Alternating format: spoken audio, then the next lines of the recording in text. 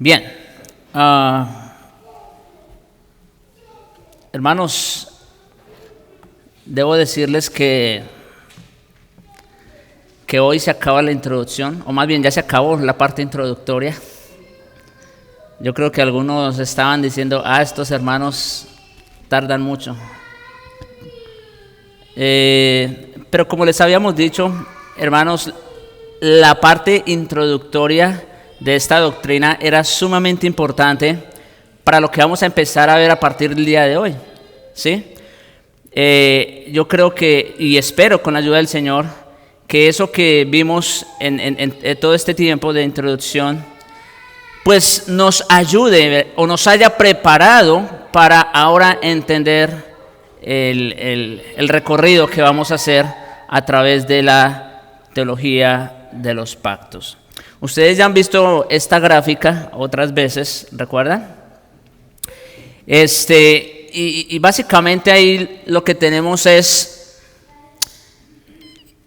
la serie de pactos que encontramos en las Escrituras, ¿verdad? El pacto de obras, el pacto noémico, el pacto abrahámico, mosaico, davídico, el pacto de redención y el nuevo pacto de gracia. Esos son los pactos que encontramos a lo largo de las Escrituras. Pero esos pactos, como ustedes pueden ver, se encuentran clasificados sobre tres reinos principalmente.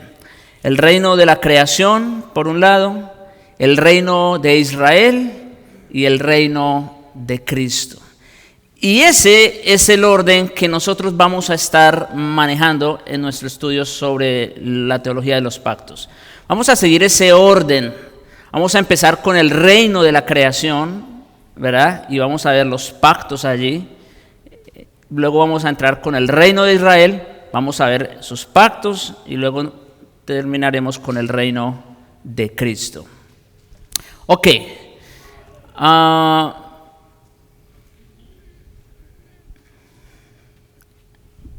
Bueno, sí, esto ya se dijo. Así que, sin más preámbulos, hermanos, vamos a entrar con el reino de la creación. Ese es el primer reino, ¿recuerdan? El primer reino, el reino de la creación.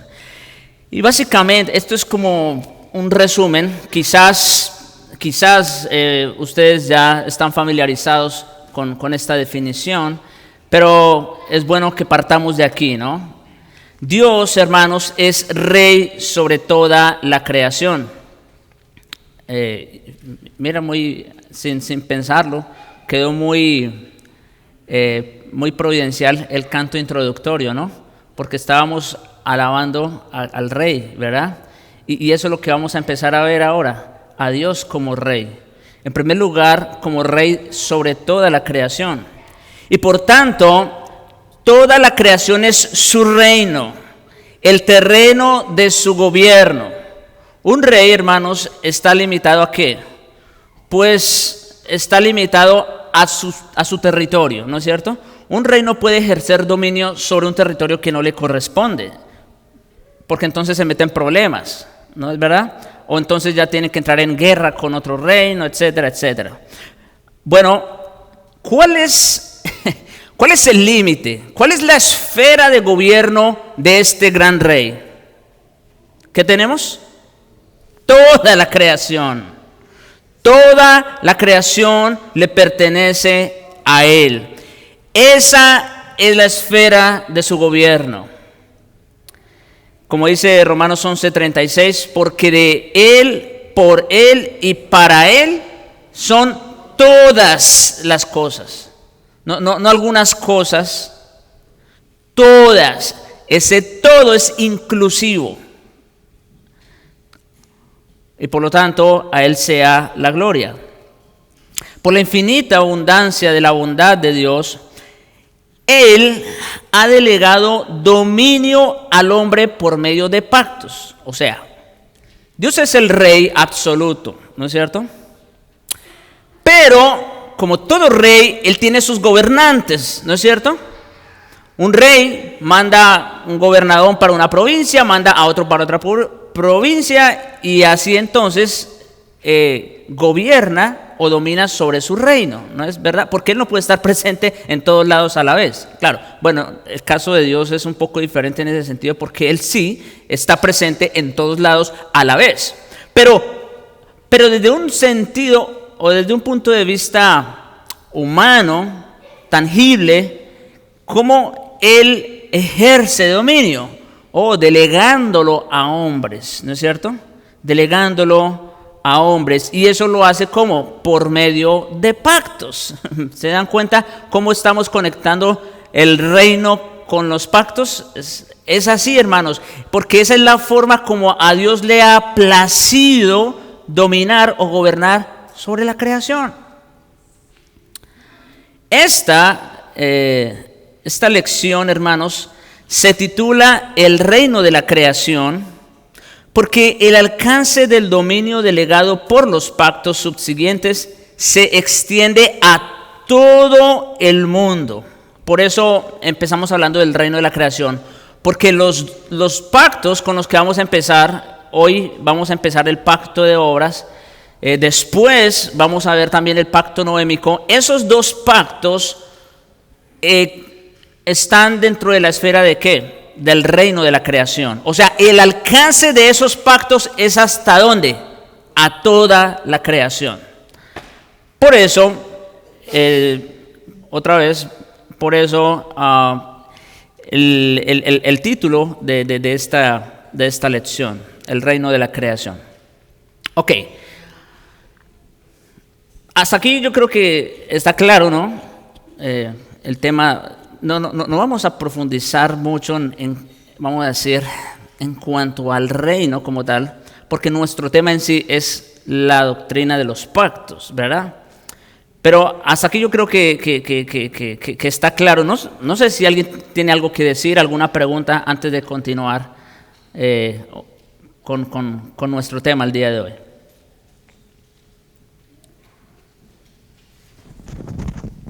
Solo una pequeña aclaración, Sí.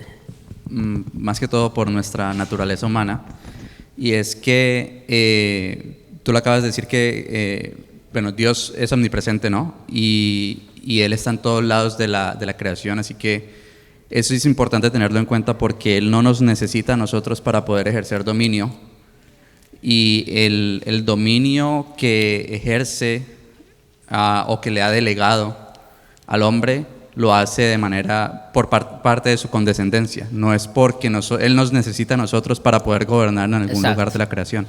Y es importante tener eso en mente para que no nos exaltemos más de lo que debemos, porque realmente Él no nos necesita a nosotros, solamente que así lo quiso. Así es. Muchas gracias. Ese es un buen comentario, ¿no? Es correcto. Somos instrumentos que a Él le ha placido usar. Es como, por ejemplo, cuando hablamos de la salvación, dice Pablo que a Dios le ha placido salvar ¿cómo? Mediante la locura de la predicación. Ahora, Dios pudiera salvar a la gente en todos modos, sin necesidad de usar predicadores, pero no, ese es el medio que a Él le plació usar, ¿no es cierto? O sea, está bien la aclaración. ¿Alguien más? Solo como para traerlo a memoria de algo que ya vimos, de lo que tú diste muchas clases atrás, era que recordar lo que era natural para el hombre y lo que era agregado. Entonces, esto creo que es clave para que podamos entender lo que vamos a ver, que lo que era natural para Adán y lo que era agregado positivo, hablando específicamente de las leyes sí, naturales y las leyes positivas, sí, y que esto es algo que no era natural, sino que era algo que Dios dio a Adán y era, bueno, a los hombres, y en el caso específico aquí del pacto de obras Adán, pero solo era para recordarlo, para que nos acordemos de eso. Que ya correcto, vimos. Exacto. Aquí es donde va a cobrar más sentido todo lo que vimos en esa larga introducción. O por lo menos algunos aspectos. Uno, lo que decía Dani, ¿verdad? ¿Por qué? Y también lo que decía Jesús, ¿no? ¿Por qué Dios delega responsabilidades de gobierno a hombres? Pues porque a Él le plació en un acto de condescendencia. Dios no tenía que hacerlo, no estaba obligado a ello, ¿no es cierto? Pero Dios le plació hacerlo así. Y lo hace ¿cómo? En forma de pactos. Ok, entonces, siguiendo adelante precisamente con nuestro tema, que es el pacto de obras. Ya saben, este es el primer pacto que se encuentra en el reino de La creación. De la creación, no se les olvide. Estamos hablando del reino de la creación y este es el primer pacto. Y mi hermano, la doctrina bíblica del pacto de obras, bueno, uno lo que dijo Dani, la distinción entre las leyes naturales y las leyes positivas, que al final de cuentas esos dos tipos de leyes emanan o se desprenden ¿de qué? De esto que estamos viendo aquí. De esto que estamos viendo aquí. Depende de la distinción entre aquello que era natural para Adán en la creación y aquello que fue concedido más allá de lo natural. Esto solamente es un recordatorio de lo que ya vimos, pero vamos a cobrar el sentido de aquello que vimos ya específicamente en el pacto de obras. ¿Recuerdan esta tabla, no es cierto? Decíamos que hay dos tipos de acuerdos. Están los acuerdos naturales y los acuerdos sobrenaturales, ¿no es cierto? Cuando Dios hizo a Adán en el principio, Adán de por sí ya tenía unas responsabilidades naturales, ¿no es cierto? Tenía la responsabilidad de cuidar el huerto, de labrarlo, de poner nombre a los animales, de procrear, ¿no es cierto? Ese también es otro de los mandamientos ahí. Pero esos eran mandamientos naturales, ¿no es cierto?, que corresponden simplemente por el orden de creación. Ahora bien, que Adán sea gobernador o rey en ese sentido sobre la creación, eso es otra cosa. Eso es otra cosa. Eso va más allá de lo natural. ¿Ve? Eso va más allá de lo natural. Entonces, en ese sentido, cuando hablamos de beneficios, si estamos hablando en el orden de la creación, Dios no le debe recompensas a nadie. Eso también yo creo que, ¿verdad?, está claro. Dios no está en deuda con ninguno. Si hablamos en un sentido sobrenatural o en un sentido pactual, pues sí hay beneficios. ¿Cuáles? Los que Dios ha prometido en su condescendencia, en su libre gracia, más nada. Si hablamos de obligaciones, bueno, según el orden de creación, el hombre tiene unas responsabilidades ordinarias, ya se dijo. Pero según el orden de los pactos, hay unas responsabilidades extraordinarias. Dios hubiera podido dejar la creación, o sea, si a Él le hubiera placido, ¿verdad? Dios hubiera podido hacer lo que hizo, poner al hombre y ya. No poner ninguna condición, los árboles, ¿verdad? Eso es otra cosa, eso va más allá de lo natural. Y es lo que vamos a ver. Entonces, rápidamente, para no pasar por alto esto, los pactos, hermanos, entonces, no son acuerdos naturales. Eso debemos tenerlo claro. Los pactos no son acuerdos naturales. Dios no está obligado en entrar en una relación de pacto con nadie. Partamos de ahí. Él no tiene necesidad de entrar en una obligación de pacto con ninguno. Los pactos son arreglos provistos por Dios que van más allá de la relación natural entre el creador y la criatura. Implican una distribución de los beneficios, ya sea prometidos libremente o condicionados por alguna acción, como en este caso de Adán. Ustedes ya saben, había una condición que de otra manera pues no estarían disponibles a la criatura, como los que confirmaron la vida eterna, la tierra de Canaán en el reino de Israel, o incluso la salvación por Cristo.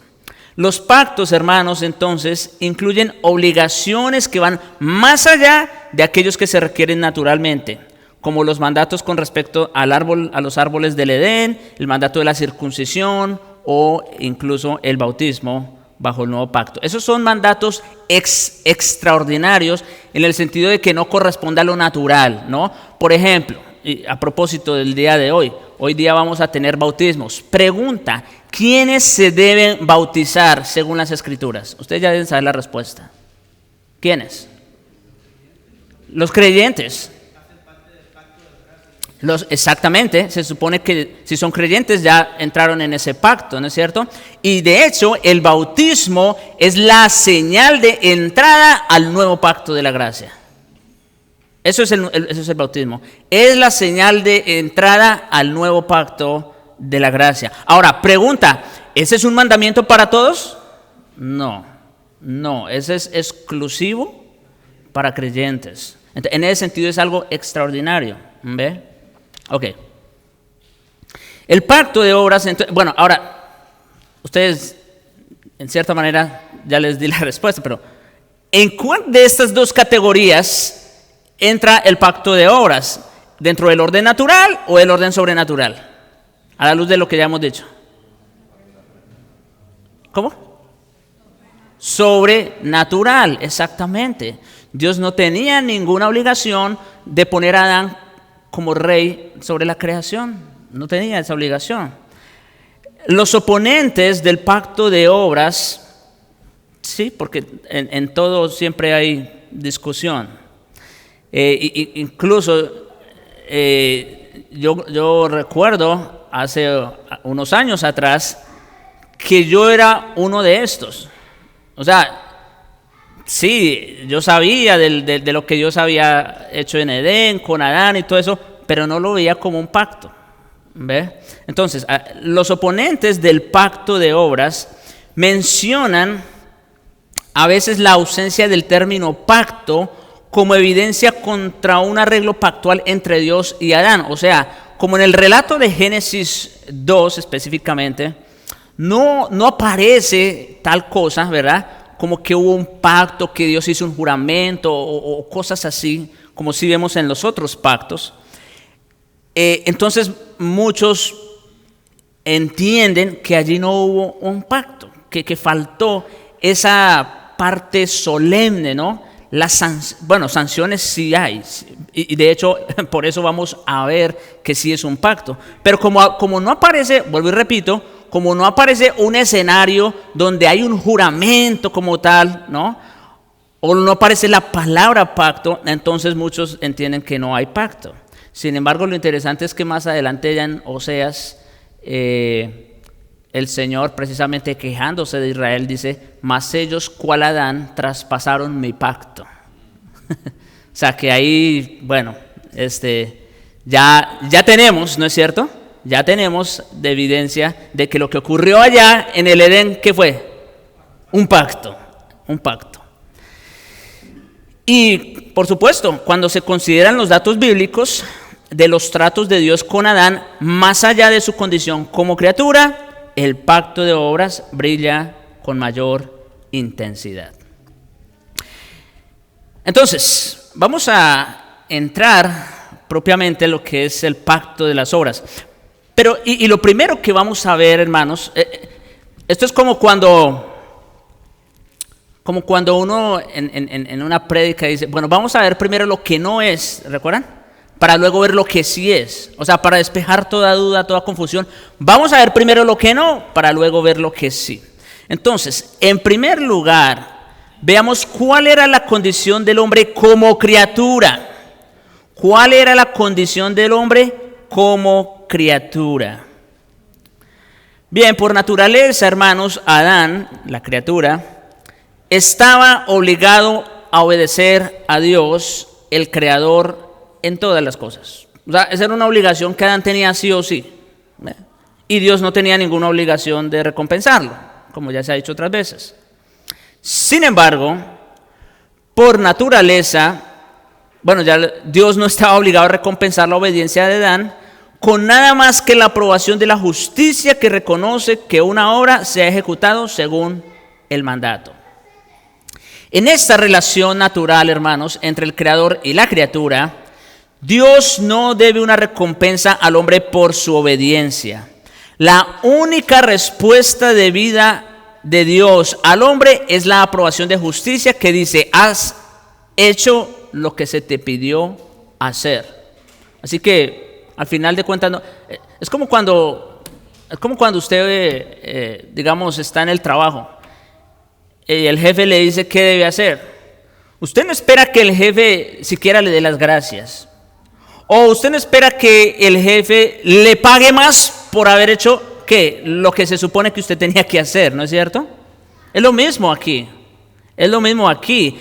Adán por naturaleza tenía la obligación de obedecer a Dios sin esperar de él una recompensa aparte, más que el reconocimiento de una justicia que dice, has hecho lo que se te pidió hacer.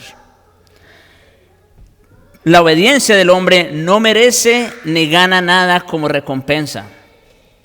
Y en virtud de ser una criatura, el hombre debe completa obediencia a Dios. Y en virtud de ser el creador, a Dios es debida completa obediencia del hombre. Jesús enseñó a sus discípulos que los amos no deben a los siervos una recompensa por hacer aquello que ya estaban obligados a hacer. Por tanto, los siervos, ¿qué deben decir? Según Lucas 17:10. Siervos inútiles somos, pues lo que debíamos hacer, hicimos. Eso es todo. Por naturaleza. El siervo no puede extender su mano esperando una recompensa como si hubiera puesto al amo en deuda con él. No, esa no es la situación. O como Nehemiah Cox dijo, nadie puede obligar a Dios o hacerle deudor de ellos a menos que Él condescienda a obligarse a sí mismo por un pacto o una promesa. Esto también me recuerda otra parábola del Señor, a los que recogió a los obreros que contrató en diferentes horarios, ¿verdad? Y a cada quien le dio lo que Él les prometió. Y el que empezó en la mañana no tenía por qué quejarse con el que empezó en la tarde. ¿Por qué? Pues porque ese fue el acuerdo. Ese fue el acuerdo. ¿No es cierto? Nadie puede obligar a Dios o hacerle deudor de ellos a menos que Él, o sea, Dios, condescienda a obligarse a sí mismo. Aunque había una disparidad infinita entre el Creador y la criatura en términos de derechos y responsabilidades, los relatos complementarios de la creación del hombre revelan que Dios puso ante Adán la posibilidad de lograr algo más allá de su condición como criatura. Génesis 1 y 2 ofrecen perspectivas complementarias que explican esto precisamente. Génesis 1, mejor vayamos a la siguiente diapositiva. Aquí está. Seguimos hablando de la condición del hombre como criatura, la condición natural del hombre como criatura. En Génesis 1, ¿qué tenemos básicamente? O sea, yo creo que esto nos ayuda a tener un entendimiento del relato de Génesis, porque muchas veces, o muchas personas se pueden confundir, ¿no? Con Génesis 1 y Génesis 2. Porque en Génesis 1, por ejemplo, Dios dice, hagamos al hombre a nuestra imagen y semejanza, y no solo eso, le da, por ejemplo, el mandamiento de fructificar, de llenar la tierra. Y luego en el capítulo 2 vemos el relato donde Dios le hace una mujer a Adán. Entonces, bueno, pueden haber confusiones al respecto, pero esto es básicamente lo que tenemos aquí. En Génesis 1, hermanos, tenemos lo que es el orden natural de las cosas. Para empezar, Génesis 1, hermanos, es un relato muy general de la creación. Es un relato muy general que nos habla desde la creación de los cielos, ¿no es cierto? La luz, la separación de las aguas, las lumbreras, para que señoree en el día, para que señoree en la noche. Es un relato muy general de toda la creación, que corresponden precisamente a lo natural, a lo que Dios estableció. Desde entonces, hermanos, por cierto, desde Génesis 1, Dios vamos a decir, implementó unas leyes naturales, unas leyes que rigieran o unas leyes que gobernaran la naturaleza. ¿Para qué? Para que esto no sea un caos. ¿Ustedes se imaginan si por ejemplo, la ley de la rotación y la traslación no hubieran quedado establecidas desde Génesis 1? No se hubiese podido llegar a Génesis 2. Si la ley de la gravedad y tantas otras leyes físicas, ¿no?, de la naturaleza. Entonces, Génesis 1 es eso, corresponde al orden natural. Y es interesante, hermanos, que, voy a leer esto aquí y ahorita complemento la idea. Génesis 1, hermanos, tiene una perspectiva macroscópica universal, describiendo la creación de todas las cosas, con el hombre como portador de la imagen de Dios, colocado en la cumbre del relato de la creación al final del sexto día. Ustedes saben, al final se relata toda la creación y al final se habla ¿de quién? Del hombre. Se reitera que todas las categorías generales de las escrituras están bajo el dominio del hombre. Adán ha de tener un dominio en toda la tierra, dice el versículo 26. Y también se le encarga de llenar la tierra y sojuzgarla en el versículo 28. Por tanto, Génesis 1 designa al mundo creado como un terreno sobre el cual Adán había de ejercer dominio. Eso es Génesis capítulo 1. Pero noten, hermanos, que hasta aquí, hasta Génesis 1, todavía no se sabe nada de unos árboles, todavía no se sabe nada de Dios poniendo condiciones para obtener la vida. No se sabe nada de eso. ¿Se dan cuenta?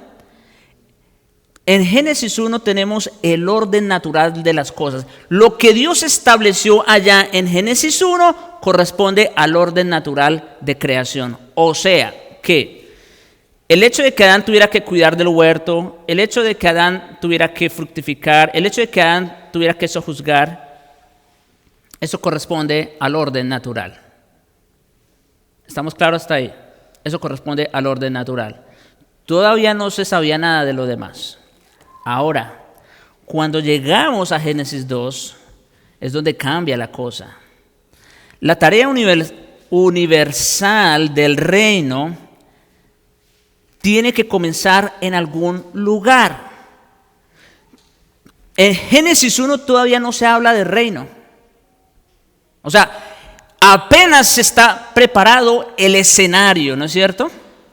Están preparadas todas las cosas, pero todavía no se habla como tal de un reino. La idea de reino viene a tomar lugar en el capítulo 2. Y ese reino tenía que comenzar en algún lugar. Y Dios, hermanos, escogió el Edén, o sea, de todo lo que creó, cielos, tierra y aún dentro de la tierra, de todo lo que creó, escogió el Edén para que fuera ese lugar. Un lugar, según nos lo describe el relato, muy hermoso, muy fructífero, con muchos recursos naturales, ¿no es cierto? En las mejores condiciones, físicamente hablando, en las que pudiera vivir el ser humano, ¿no es cierto? Ok. Dios escogió entonces el Edén para que fuera ese lugar donde Dios iba a establecer su reino, o iba a comenzar su reino. Génesis 2, hermanos, entonces cambia a una perspectiva microscópica local. ¿Se dan cuenta? Génesis 1 es como un telescopio y nos muestra toda la creación, ¿no es cierto? Lo que Dios hizo en esos 6 días. ¿Qué hace Génesis 2? Cambia el instrumento y pone un microscopio y lo enfoca ¿en dónde? En el Edén. Lo enfoca allí, de una forma local. Y de una forma complementaria explica las condiciones, ahora sí vienen las condiciones, bajo las cuales a Adán lograría la tarea de su mandato universal. Esto es interesante. Si Adán tenía la tarea, por ejemplo, de fructificar, ¿cómo iba Adán a fructificar y llenar la tierra? Bueno, eso está en Génesis 1 y ese es un mandamiento natural. Pero ¿cómo Adán podría hacer eso? Génesis 2 pone el microscopio y nos dice cómo es que eso iba a tener lugar, ¿no es cierto? Y nos pone las condiciones bajo las cuales Adán lograría las diferentes tareas que se le habían dado bajo el mandato universal. Esto es como cuando hablamos, no sé si recuerdan, vuelvo a la introducción. Yo, hermanos, creo que con frecuencia voy a estar volviendo a la introducción porque para eso fue la introducción, para sentar las bases. Como cuando hablamos de la adoración natural y la adoración establecida. No sé si se recuerdan. Todos los hombres, hermanos, escuchen esto, todos los hombres le deben adoración a Dios como creador. Todos, sin excepción. Ahora, ¿cómo el hombre debe y puede adorar a Dios? Eso es otra cosa. Eso ya entra dentro de la categoría sobrenatural. Porque no todos los hombres saben cómo adorar a Dios. No todos los hombres saben ni pueden acercarse a Dios. Solamente a aquellos a quienes se les es dado saber. Así que básicamente es lo mismo que tenemos aquí. Génesis 1, hermanos, entonces prepara el escenario para el alcance del pacto de obras, pero Génesis 2 ofrece los detalles. Génesis 2 ofrece los detalles. Bien, hermanos, hasta aquí voy a hacer un alto otra vez para que si tienen preguntas, comentarios puedan hacerlos. Aquí de pronto sí pueden haber un poco más. Hermano Adán.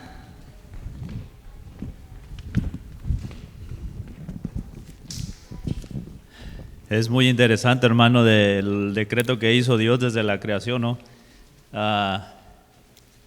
Recuerdes esta parte de la historia, creo que fue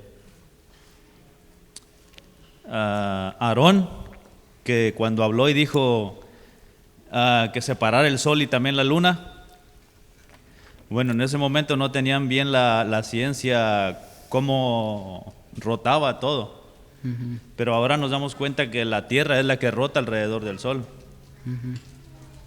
Entonces cuando Dios creó el sol y la luna para que enseñoreara el sol sobre el día y la luna sobre la noche, ahora ya lo conocemos como la ley de la termodinámica, uh-huh, que no se crea ni se destruye, solo se transforma.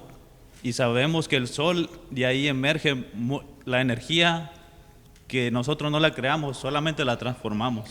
Sí, correcto. Así es, hermano. Pastor Javier. Sí. Hay una frase muy común en los profesantes y es que dicen gánese la bendición. Uh-huh. Y ni en el orden natural ni en el orden sobrenatural, uh-huh, el ser humano pone en deuda a Dios. Uh-uh.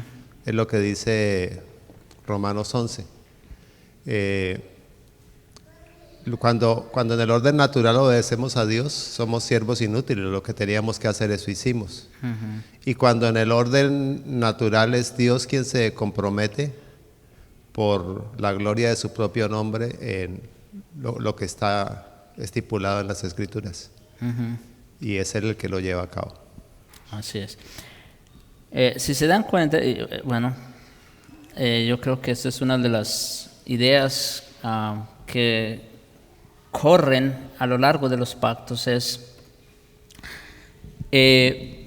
como está diciendo Fan, bueno, por un lado, según el orden natural, éramos inútiles, pues lo que íbamos a hacer hicimos, punto.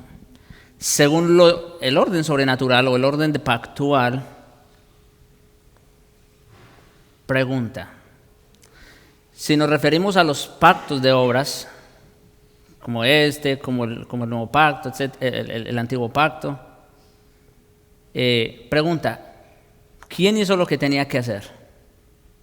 Ninguno, no pudo.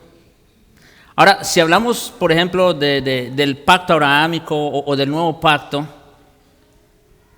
¿quién garantizó o quién se aseguró de que pues, nosotros pues, recibiésemos la bendición? ¿Nosotros ganamos algo? No. Fue Él el que la garantizó. Así que, de todas maneras, ni según el orden natural ni según el orden sobrenatural, nos ganamos el favor de Dios. Eso es una gracia de Dios. Es una gracia. También para recordar que, como tú ahorita lo dijiste, entrando en lo de los pactos, era como Dios iba a delegar cierta autoridad sobre las personas para que, en este caso Adán, para que sojuzgara la tierra, la llenara, sobre los animales y todo eso. Y era una manera de cómo Dios delegaba cierta autoridad sobre ellos, pero también el pacto de manera sobrenatural hacía que Dios entrara en una relación con el ser humano, que también creo que es clave para que lo tengamos presente durante los pactos, porque de otra manera, si no hubiera habido esa relación o esa relación pactual entre Dios y el hombre, no hubiera habido una manera de cómo el hombre o el ser humano conociera a Dios. Uh-huh. Sin embargo, a través de esto es como Dios se va dando a conocer a los seres humanos, y es también algo clave que va a ayudar cuando vayamos viendo cada pacto. Sí, hermanos, mire, como digo, Dios hubiera podido poner al hombre en medio de la creación y decirle, mire, ustedes tienen que hacer esto, esto y esto. Y ya, desentenderse de lo demás. Pero no fue así. Y no solo eso, sino que cuando Adán fracasa en el pacto de obras, Dios le pide cuentas. O sea que aunque ya estaban en una relación de pacto, o más bien, porque ya estaban en una relación de pacto con Adán, por eso es que lo llama a pedirle cuentas. Le dice, venga acá, ¿qué pasó con el acuerdo que usted y yo habíamos hecho? ¿Ve? Básicamente la idea. Y siguiendo con esa misma idea, yo pienso, ahorita estuve pensando sobre, cuando usted dijo que hay personas que se oponen a la idea de que Dios no tuviera un pacto establecido con Adán, por lo que, digamos, no se había formalizado como tal. Uh-huh. Pero, por ejemplo, el hecho de que Adán sea la cabeza federal, uh-huh, eso yo creo que lo hace entrar inmediatamente en ese pacto, y pues Romanos lo apoya, Romanos 5:12, cuando dice, por tanto, como el pecado entró en el mundo por un hombre, ahí está, y por el pecado la muerte, así la muerte pasó a todos los hombres por cuanto todos pecaron. O sea, eso ya lo hace, lo mete en ese pacto. Te me estás adelantando.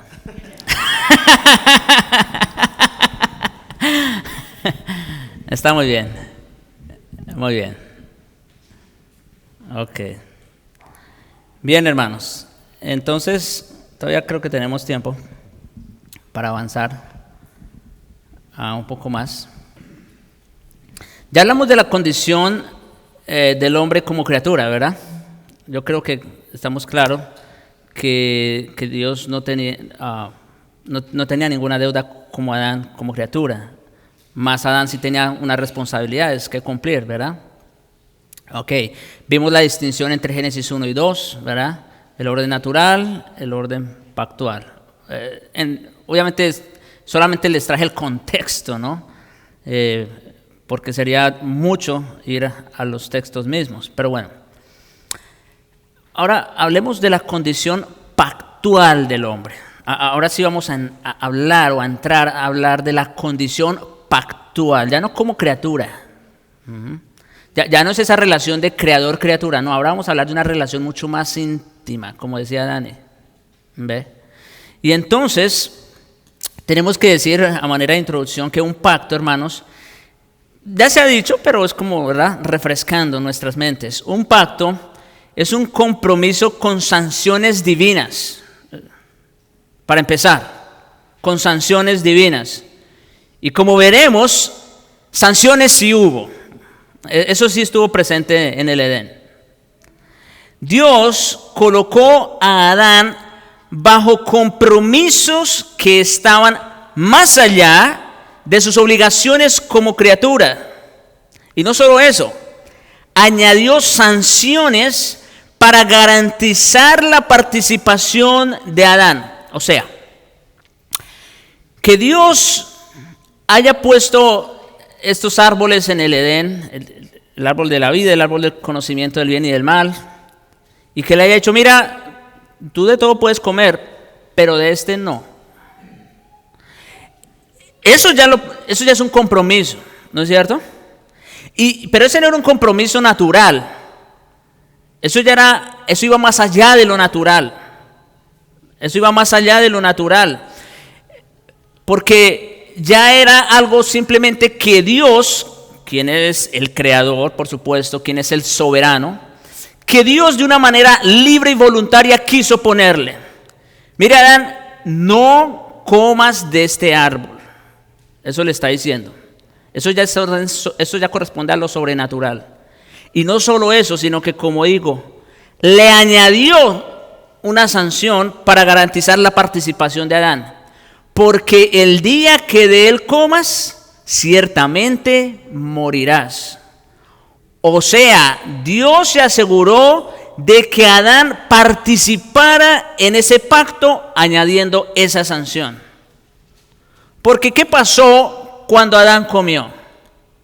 Pues pasó lo que Dios dijo que iba a pasar. ¿Cierto? Entonces, eso es un pacto, un compromiso con sanciones. Y eso lo tenemos ahí presente. Dios también, oigan esto, Dios también se comprometió a dar una recompensa por la obediencia de Adán. Recompensa que no estaba disponible sin la libre provisión de Dios. Sí, porque ¿qué es lo que Dios está diciendo implícitamente a Adán cuando le dice: no comas de ese árbol porque el día que de él comas ciertamente morirás? ¿Qué está diciendo Dios implícitamente? Exacto. Vida. Dios estaba prometiéndole vida a Adán. Eso lo hace un pacto, hermanos. No debemos tener miedo a decirlo. Si Dios no estaba prometiendo vida, entonces no había una promesa como tal, pero sí la había.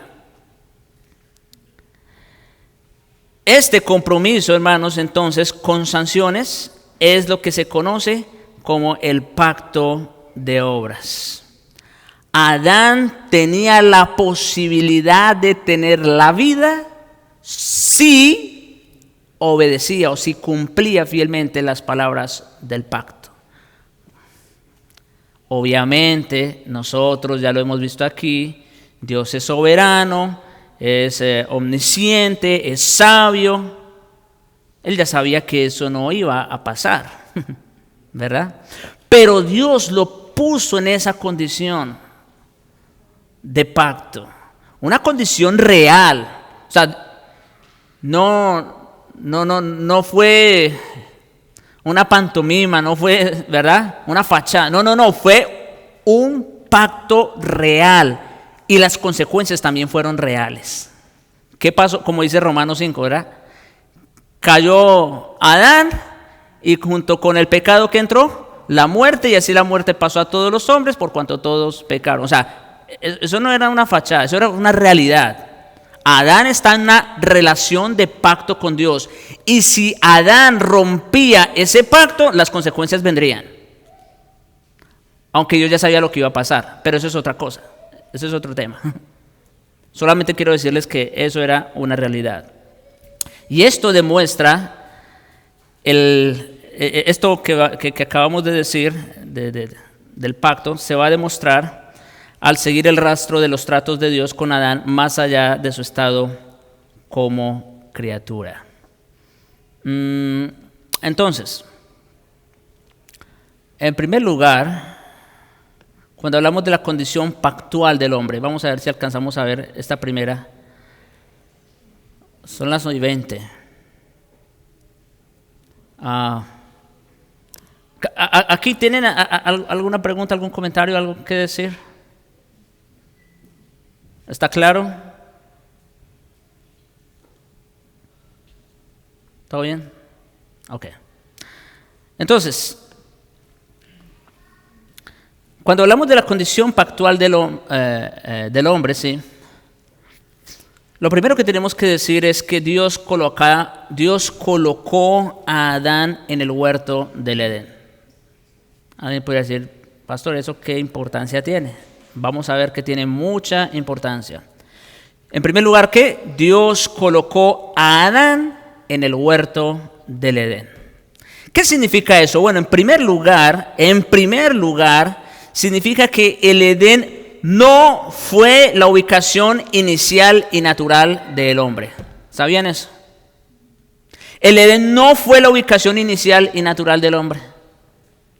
Adán, hermanos, fue tomado, o fue formado mejor, después el Edén fue preparado. O sea, acuérdense, el relato de Génesis 1 es general. El relato de Génesis 2 es específico, es microscópico. El Edén, ¿hasta dónde viene a aparecer? Hasta Génesis 2, no en 1.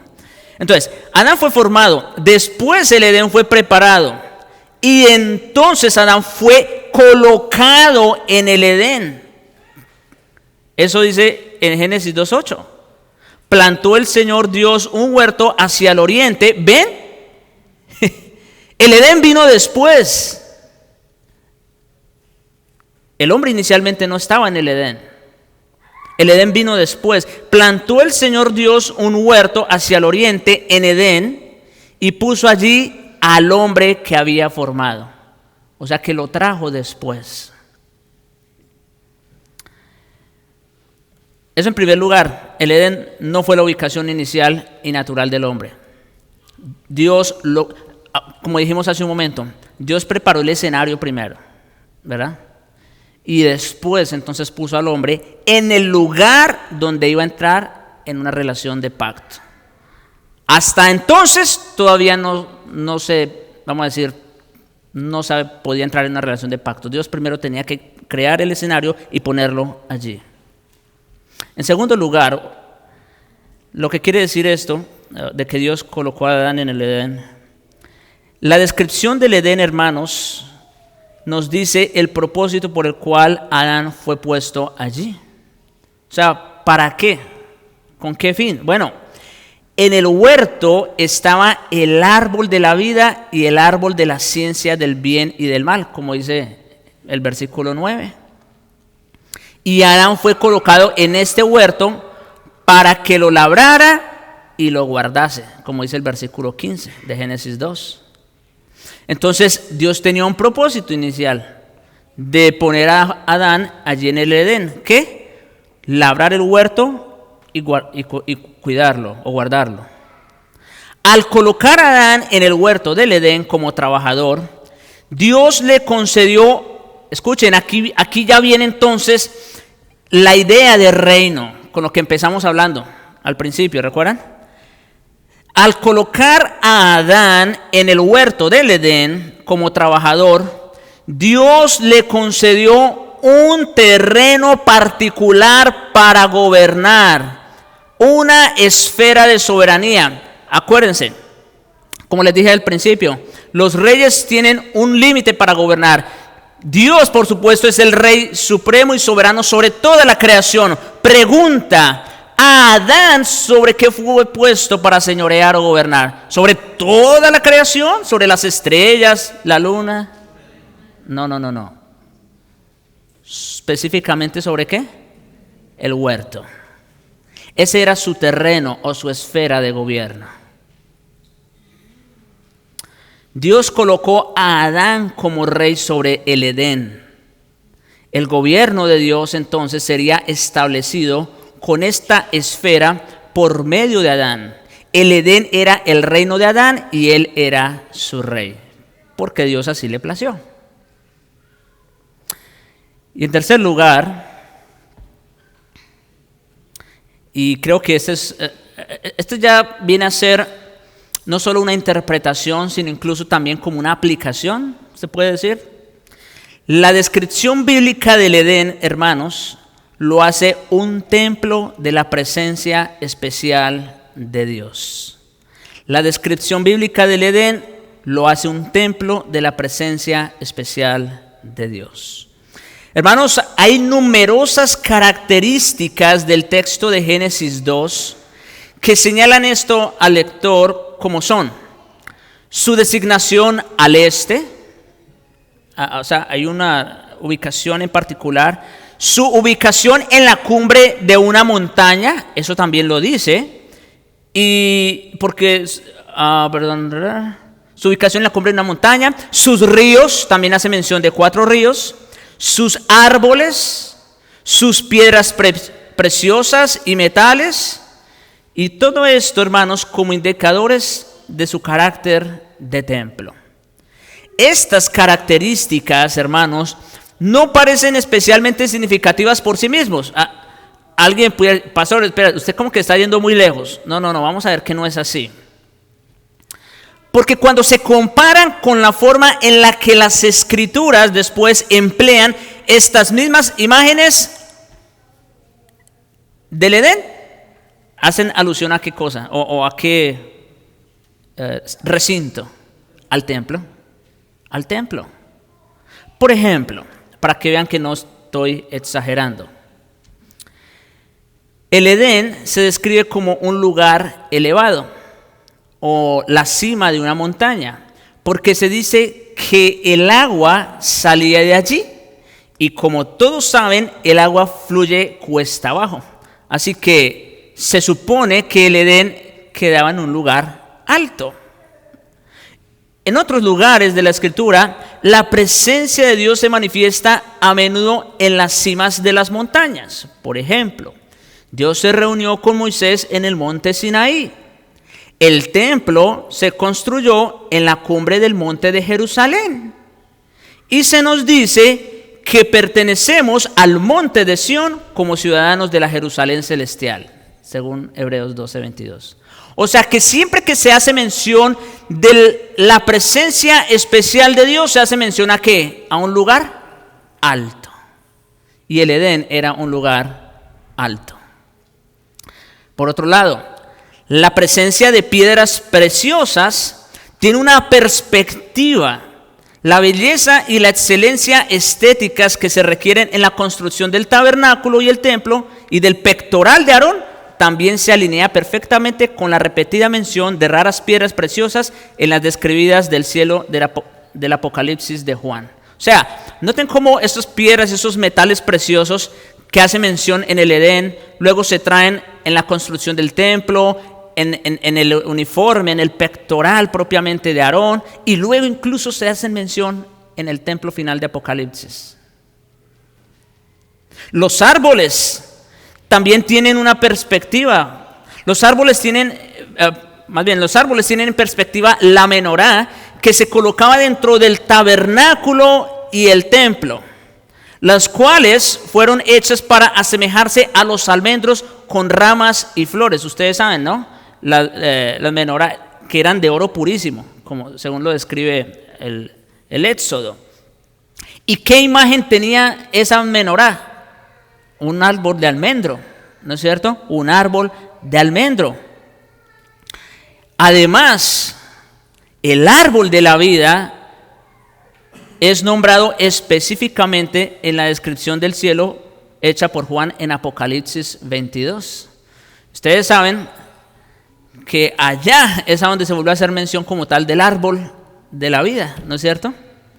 Es interesante, hermanos, realmente, esto que estamos viendo aquí. Cómo otra vez el Edén, hermanos, era una descripción bíblica de lo que es el templo, de lo que es el lugar de la presencia especial de Dios. Y yo creo, hermanos, que aquí todos no tenemos dudas de que realmente el Edén era un lugar allí donde estaba la presencia especial de Dios.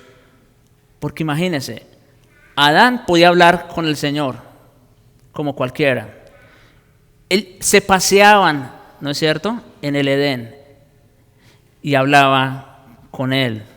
Así que, hermanos, lo que tenemos aquí es que el el Edén, hermanos, era un modelo prototípico. Acuérdense cuando Dani nos trajo la clase de los tipos, ¿no es cierto?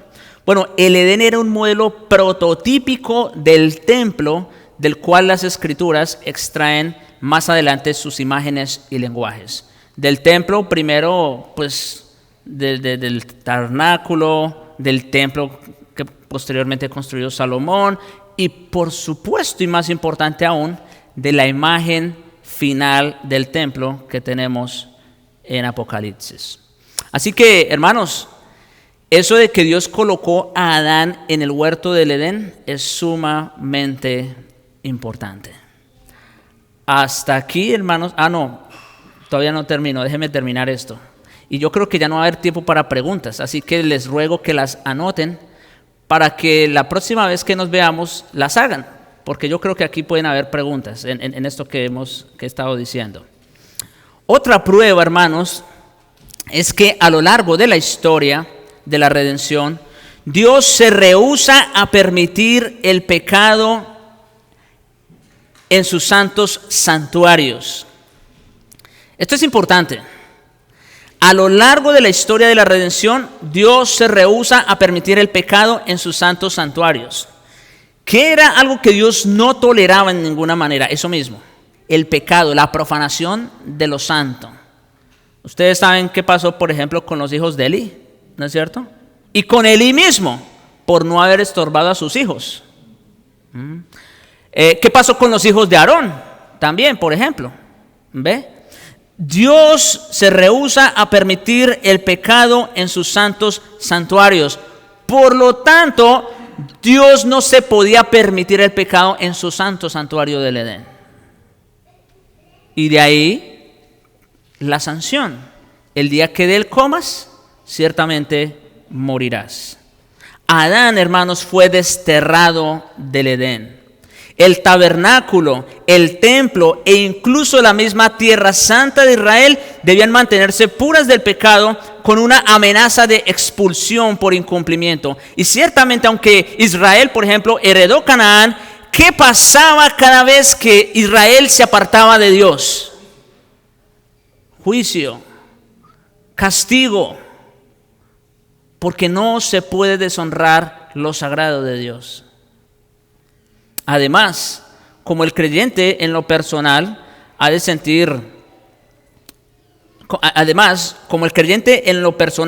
ha de actuar con pureza, porque es el templo del Espíritu Santo, también la iglesia tiene que proteger las fronteras de su membresía de individuos impenitentes e incrédulos, porque ahora ¿quiénes son el templo? Ahora nosotros somos el templo. Es el lugar sagrado donde Dios estuvo en el Edén inicialmente, donde después estuvo en el tabernáculo y en el templo de Jerusalén. Ahora es el lugar sagrado donde, ¿cuál es? Y por eso el apóstol Pablo nos advierte en contra de pecar contra el cuerpo. ¿Por qué? Porque es templo del Espíritu Santo. Es algo muy sagrado. Y recuerden, Dios se toma muy en serio cuando profanamos lo que es sagrado para Él. Los espacios santos de Dios deben ser protegidos y preservados según esas leyes de Dios.